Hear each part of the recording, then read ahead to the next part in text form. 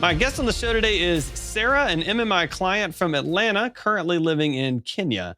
Sarah was referred to MMI by a friend after she found herself over $70,000 in credit card debt. Through working with MMI, Sarah was able to get her interest rates lowered from around 19.6% to 8.4%. And since she started working with MMI, she's paid off over $70,000 in just under 4 years. Sarah, welcome to the show. Thank you. So Sarah, let's start with your debt story. Can you just kind of walk us through? I said in the intro, you had about $70,000 in credit card debt. Like, just walk us through sort of what led to that point, and what at what point you realized you needed to do something about it. Okay, thank you, Adam. This is it's interesting because my parents are so good with money; they're incredible money managers, and I think they took the standpoint from when I was younger. They tried to be a good example, but they were never like adamant that, okay, let's see your budget. Like, this is how much money you get. This is, we're putting it in this pocket, this pocket, this pocket. Or let me see what you made. Like, let's sit down and do this. They definitely encouraged responsible spending, and definitely led by example. And my dad retired at like 51, and they have zero debt, and they've had zero debt for a very long time, multiple cars, and they haven't had a mortgage in decades. So they were always like very cognizant to never live above your means, definitely live below your means. And I guess when I went to college, the first thing, how it started, was I wanted a cell phone. So I'd never had a cell phone before. As always, I had been very independent and never asked my parents for anything. Obviously, was quite ashamed to tell them that I was in any sort of debt. And, they weren't necessarily sending me a monthly allowance. I had saved quite a bit of money before I went to college. But then when that money ran out and I started having these expenses like, oh, I want to have a cell phone and be able to maintain that, as well as, oh, I want to go off campus to have dinner with my friends or be able to do things. Found myself like, okay, like I'm going through this money really quickly. And being able to put it on a credit card seemed like a reasonable thing to do. But then when you max out a credit card and then you're like, oh, I've got to have money to live, and I know how much money I have. But it's okay for this time. And it just became easier and easier to justify it. And I remember at one point, I would, people were sending me more and more credit card offers, and I would apply, and then I got approved because I was always very cognizant of never being late for a payment. Yeah, was never ever ever late for a payment, and so I would get a credit card in the mail and it'd be like, oh, you're approved for $5,000. Right. And here I am, a 20-year-old in college as a full-time student, and don't have a job. And I'm like, oh, wow, $5,000. I didn't see it as this is for emergency funds. This is if, you get a flat tire or something like that. This is like, oh, somebody gave me $5,000 to go shopping with. And I remember my dad coming to visit me, and we went to the mall, and I went in a store and bought, like, I don't know, it was a couple of bags full of things, and he was kind of like, wow, like, how are you getting that money? Because he was surprised, right? And I said, oh, I'm finding odd jobs here and there, which it was true. I was babysitting. Some friends had people who needed people to take care of the kids. And I remember, like, I took us out to dinner, and he's like, wow, like, that's really nice. Thank you. Again, so it wasn't me saying, oh, daddy, I'm in trouble. Like, I need, so this happened like several times. And then there came to be a breaking point where I just was so stressed out. And I remember breaking down to my mom and just being like, I don't know what to do. And at this point, I think I was like $11,000 or $12,000 in debt. And this is as a college student, right? So it's not like you have that earning capacity. My mom was like, well, I will basically, she transferred all of the debt to one card that I was that, so I was basically paying her to pay the balance off. And I think it was like a 0% APR or something. But then, and you would think over time that you would learn, right? And there was a period of time that I did really well. I would say the subsequent years of college, I definitely made a concerted effort to try to not live above my means, to not have a credit card. And I think at one point I did get an American Express, and I was very diligent that I was paying that off every month.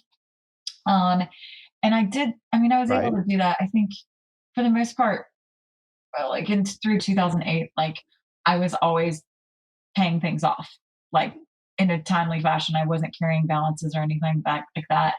And then I remember, and I was traveling a lot. I love to travel and like big trips. Like people were like, "How can you afford to do that?" And I wasn't in debt for traveling at all. I was, like I said, I would buy my plane tickets, and plane tickets to Europe were still like you could find them for $500, $600. And I was earning tons of frequent flyer miles and staying with friends. So all that travel, I was totally paying for and affording, and still contributing to my 401k. I was working in a nonprofit when I graduated from college, and also still, babysitting and dog sitting and house sitting, which you could make tons of money from, like paying my taxes, of course. Like I was making a lot of money from just doing like normal stuff. And I was working part time at the nonprofit. So, and really just enjoying life. I can't remember a specific turning point where I found myself buying frivolous things. And I mean, I had savings, I had a 401k. I think it was like maybe 2008. I remember using my credit card to buy a rug in Turkey. Um, and it was a very obviously expensive rug that I couldn't pay for in cash. But I had gone to Paris and Turkey over like a long holiday. And I remember like thinking, oh my gosh, I know if I don't get this rug, I'm going to regret it. And I didn't have, I think it was like $3,500, or it was between three and $4,000.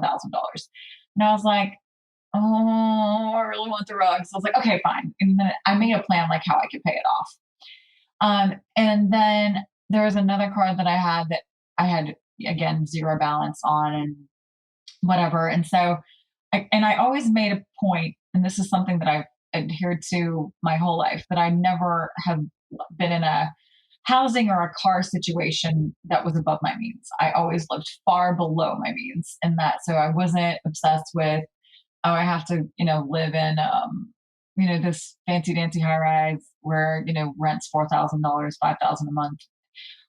I always made sure that wherever I lived was well below my means. That, and my first big girl car out of college, I had a Lexus ES, paid it off in like 2 years, something like that. And then I got a Volvo, same thing, paid it off in like 2.5 years, and it was newer and what I so I always had like really nice things that I was able to pay off. So then I just started justifying stupid purchases, and it was like, oh, well, I want to do this. Well, I'll go ahead and buy it. Or I want to go here and I really want to go. So I'll go ahead and get the plane ticket. And then it ended up, and I think a lot of it was the circles that I ran in. And it wasn't trying to impress people because I didn't really care about impressing people. It was that it was kind of like just normal. And so if I wanted to do something, I did it. I really wasn't thinking about the implications. And you wake up one morning, you're like, how the heck did this happen? I remember being like, at one point, I didn't, because I had the apps for all the banks on my phone. And just being like, wow, like, I don't know how I'm not making any sort of impact on the balance when I'm making eight and $900 monthly payments towards one card, and it's not getting lower. Another really big problem that was caused, or that a problem that I faced that ultimately resulted in me living way above my means, was not even my needs. It was me being in relationships where I was like taking financial responsibility for the other party. So Right. I had an incredibly wealthy boyfriend that I was with for close to 5 years. And uh, actually, one of the wealthiest families where he's from, not the United States. And uh, we didn't live in the same place. And so more often than not, when I would go to visit him, I mean, I couldn't, like, we couldn't stay with his parents. So we would always get hotel rooms. I would say 90% of the time, I was the one paying for the hotel room for the weekends. Many times, I even paid for him to fly to Atlanta. So I think in 2018, um, I started to really, really get very, very stressed. And it wasn't like I hadn't been stressed previously, but I think there comes a point where you're like, I can't keep living this way. Like I really, really cannot. Right. And Was there like a specific thing that triggered you to make you realize like, oh, I've got to do something different? I think there were so many different like financial crises just that were happening like ongoing, right? Where people are like, interest rates, and you start thinking like, well, if I were to lose my job tomorrow, what would I do? What I was spending from probably let's see, 20 2019 on, I was paying for it because I could afford it and I was paying cash, but it was catching up with what I hadn't paid for that was really paralyzing me. So I had a lot of health problems in 2018. Well, I've had a lot of health problems ongoing, but um, I, I had reached out for financial coaching. And the person that I had gone to basically was like, well, I know the owner of there's a startup bank and they're offering like credit cards. So why don't you just go to them and talk to them and see if they can just lump this in to their like new promo thing where it's 0% APR. I'm like, I don't need another credit card. Like that's the last thing I need. And at this point, most of my balances were like at staggering, you know, like you're very like well within the. I'm very close to maxing it out, and obviously, when you're not paying off the balance, and then the interest is accrued, how much is going towards fees? I mean, you're like $250 in APRs a month, right? Or the interest fees. So if I'm paying $800 and then I've also charged, say, not like a gone out and made a purchase, but my auto pay for my cell phone is 175, and then I'm getting $350 in fees. I'm making what, $175 payment against the principal? Give me a break. Like, and you get those statements where it says, if you paid only the minimum amount, this is how long it's going to take you to pay off the entire thing. Like, and you're like, okay, it's getting to a point where this is literally a mortgage. It's literally a mortgage. And so I actually I knew the president of Consumer Credit Counseling, which is now MI, and I had known several people who actually still work for the agency. And the nonprofit that I had worked for, we had engaged them in some of our financial freedom courses for the consumers that we served. And I originally, I think how I got to be involved with him was through one of John Hope Bryant's summers, and I had gotten to know him quite well, and so like there's all these things that I'm encompassed by that are tools and resources that I'm not utilizing myself, which I myself probably more than anybody else that I was around could have heeded the advice. So I called in, and I remember that summer I was like totally at a breaking point because I'm like, I can't keep living like this. I can't do it anymore. When I spoke to MMI, they walked me through everything, and it was very difficult making those phone calls to all the creditors, getting the absolute most current balance, and relaying that to MMI, making sure it was all accurate. And then just in my mind being like, okay, this is it. Like, you will not be spending any more money that you don't have. Like, whatever you're spending is the money that's in your bank account or not. And if you don't have it, you're not going to go somewhere else to get it. So, just exhibiting a certain level of discipline. And again, it was hard at first because you see the chart of like what you owe versus what you've paid, and but it also was really helpful, especially towards the end. And whenever I got any extra money, I would look at what the highest balance and highest APR was that had been negotiated by MMI, and would try to pay that off, right? And so I could have just adhered to the payment plan that they set forth. I can't remember exactly. It was 1,700 a month, which again, that's a mortgage, right? It was more than my rent. You're just thinking, okay, if I weren't paying this off, what could $1,700 go towards, right? And I was quite discouraged at first, but then when you think in the grand scheme of things, okay, 5 years, right? 5 years. And then it was up to me that if I wanted to go out and try to earn money, extra money here and there, or I wanted to do eBay or whatever, that I could pay it off quicker, which, as you know, I did. I started in July of 2019, and it was paid off in full March of 2023. So yeah, like, and I remember making that final payment. I was like, yes, and it was very satisfying looking at that pie graph that they have, and you see like the blue and the red, and the one growing, growing, growing, growing, the other diminishing.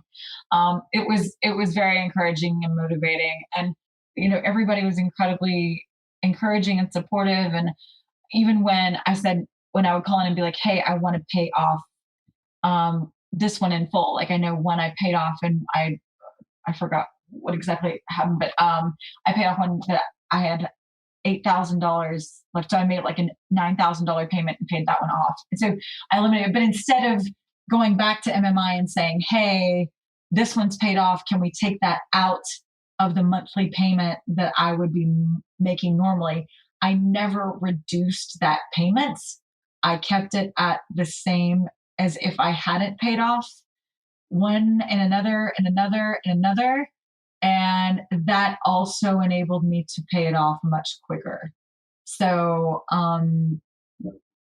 instead of going out and being like, oh, I have 3,000 extra dollars, let me go here, or let me buy this, or it was, okay, which card can I pay down the quickest and which will make the most sense?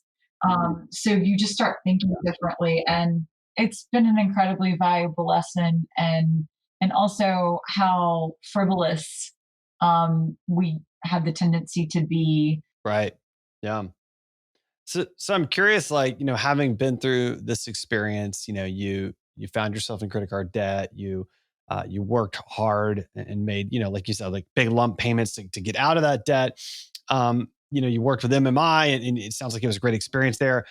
What advice do you have for someone that may be in credit card debt, is considering getting help, doesn't know what to do next? Like, what would you say to them? Well, I would say, like, don't put it off, because that's, you tell yourself, put it off, put it off, put it off. For example, if I would have made the call to MMI 2 years prior, I would have probably had half the debt that I had when I went to them, or at least, thirds of the Mm, debt. And again, because you justify it and you don't consider the implications long term, it just becomes easier. So, and there is a lot of guilt and shame behind it, especially like for me, coming from my family and my parents being responsible and encouraging good money management habits, and me just not listening or doing my own thing like I often do. But um you know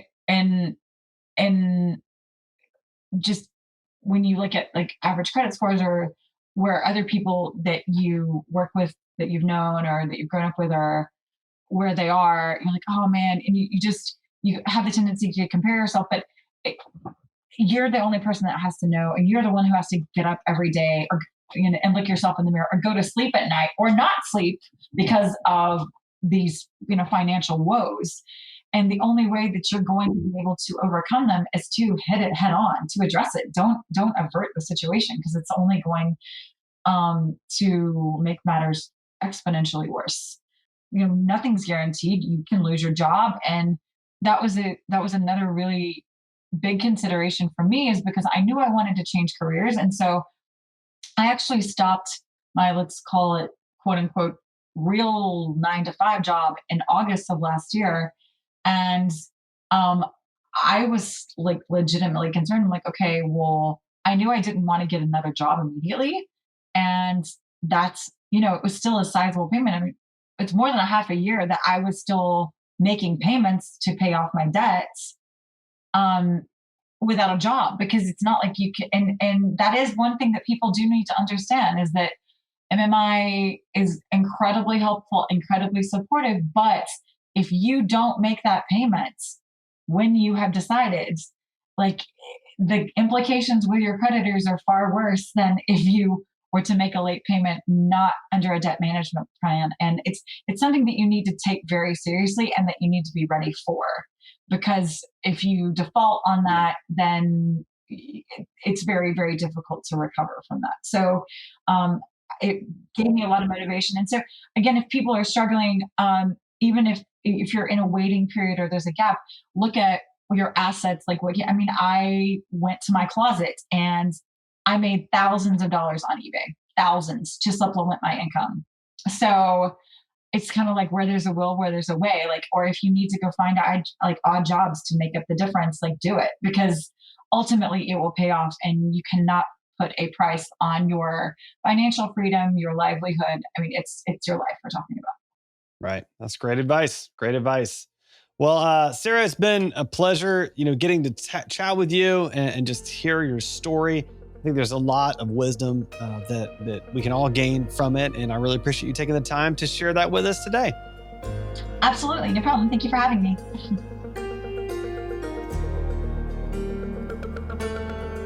This guest is a real MMI client whose success is the result of hard work and dedication.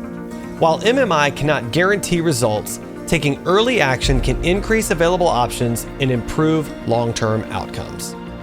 Thanks for listening to this episode of Long Story Short, brought to you by Money Management International.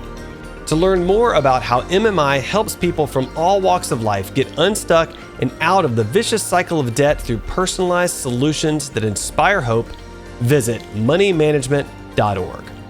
This episode was produced by Edgewise.media. Script writing and production by Clara Jennings, editing by Brandon Ellis, and show hosting by me, Adam Walker.